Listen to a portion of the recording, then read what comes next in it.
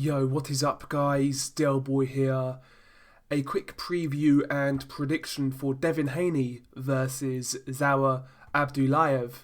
Now, this fight goes down on the 13th of September. It goes down at the Madison Square Garden Theatre in New York. And actually, the interim WBC lightweight title will be on the line. I've got to say, I'm actually looking forward to this fight. I think this is definitely Devin Haney's toughest test of his career to date. Now, let's briefly go through the tail of the tape, and we'll go through the fighter's stats, facts, and we'll go from there. So we will start with Devin Haney. Now, Devin Haney, he is listed as 5'8" with a 71-inch reach. He is an orthodox fighter, whereas his opponent, Zaur Abdullaev, he is listed as 5'9". Now, I can't find his reach anywhere, but he's a tall and long guy. He's certainly big for the weight class. He is also an orthodox fighter. Let's briefly go through the records. Devin Haney has a perfect record of 22-0, 14 of those 22 wins coming by way of knockout. Certainly an impressive amount of fights for a 20-year-old, and Abdullaev has a record of 11-0, with 7 of those 11 wins coming by way of knockout. Both of these guys were good amateurs. Both of these guys are well schooled, and in my opinion, it should be a really good fight. In terms of levels of competition, there's really not much in it. On Abdullaev's resume, the best name, I would say, is Hank Lundy, whereas on Devin Haney's resume, the best names on there are, guys like Mason Menard, Juan Carlos Burgos, Antonio Moran, lower level fringe contender / journeyman. So neither guy has fought at the top, but both guys have fought kind of fringe level guys, and they've passed all tests so far. And this is certainly a step up for both fighters, make no mistake about it. Who do I make a favourite? Naturally, I make Devin Haney a favourite. He's the home fighter, he is the touted prospect, and he is the guy who is expected to go on and win here. For me, Devin Haney is a bit more dynamic in comparison to Zaur Abdullaev. I like Devin Haney on the offense. What I like about Devin Haney is his variety. He's got a lovely jab, which he varies from body to head. Good body puncher, and all around just very good punch variety. I also like how he sets up some of his offense. So, for example, I mentioned the jab to the body earlier, and he'll pop that jab to the body, he'll pop the jab to the body, and then he'll feint to the body with a jab, and he'll come over the top with a right hand, for example, so the opponent doesn't see that shot coming. It's things like that I enjoy seeing from these young fighters. Devin Haney, for a 20-year-old kid, he's got a lot of tricks in the bag, and I like the offensive capabilities that he's shown so far in his career.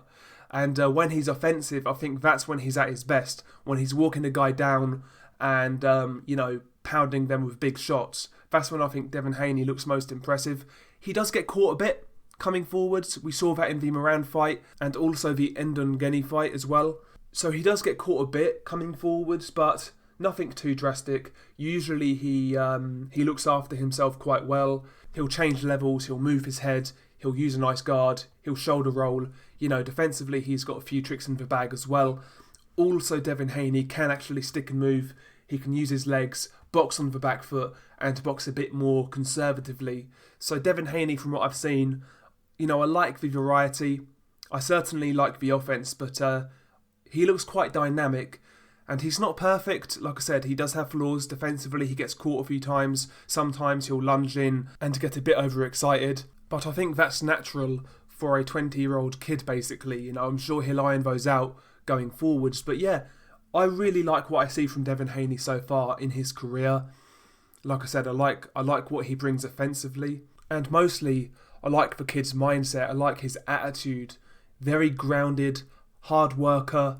He takes boxing seriously, and, the guy's got a lot of ambition, and I like to see that.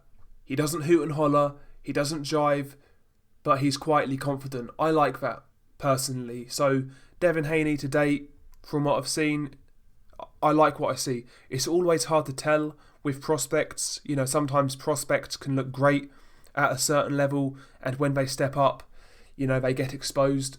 That can happen, so you can never tell with prospects. But Devin Haney, to me, looks quite impressive. Like I said, not the finished article by any means. I think talk of Lomachenko is premature, but I like what I see. As for Zaur Abdullaev, now, I've been doing some research on Abdullaev. I've been seeing a few fights. Well, I've seen one of his fights. I've seen some highlights as well. Abdullaev is actually a very good, fundamentally sound fighter. Very good from range. Got a beautiful jab. Again, varies it from body to head, and he's got a lovely right hand behind that jab. From range, Zaur Abdullaev is textbook. You know, beautiful boxing from range. And he's got a lovely not a short counter left hook, but he's got a lovely mid-range counter left hook. So when a guy steps in, he'll time them from mid-range and catch guys coming in. That's a beautiful shot. So yeah, Abdullaev in his own right is a good, technically sound fighter. I enjoy some of the variety he does as well. Sometimes when he tees off on guys, he'll switch from body to head. He's got nice accuracy, good punch technique. And also, he's quite fluid as well with his combinations. And also, he moves at the waist. And he's got nice feet. So, Abdullaev is a good, solid, technical boxer. He kind of reminds me a little bit of Victor Postol. You know, good on the outside, good at mid-range. Not the best on the inside, but a good fighter. And physically, he looks very strong. And he's certainly got some type of punching power. So I certainly see Abdullaev as being Haney's toughest test to date. A shot that Devin Haney needs to watch out for is Abdullaev's right hand, the straight right. Sometimes when Devin Haney is in that shoulder roll defense, he kind of dips away from his opponent, but he's open for that right hand. And against a taller guy with potentially who has more reach, that straight right could land on Devin Haney's chin. So Devin Haney needs to watch out for Zaur Abdullaev's right hand. That's one of his best punches, and he's very accurate with it. And he has some type of power on that shot as well. So Devin Haney needs to watch out for that right hand.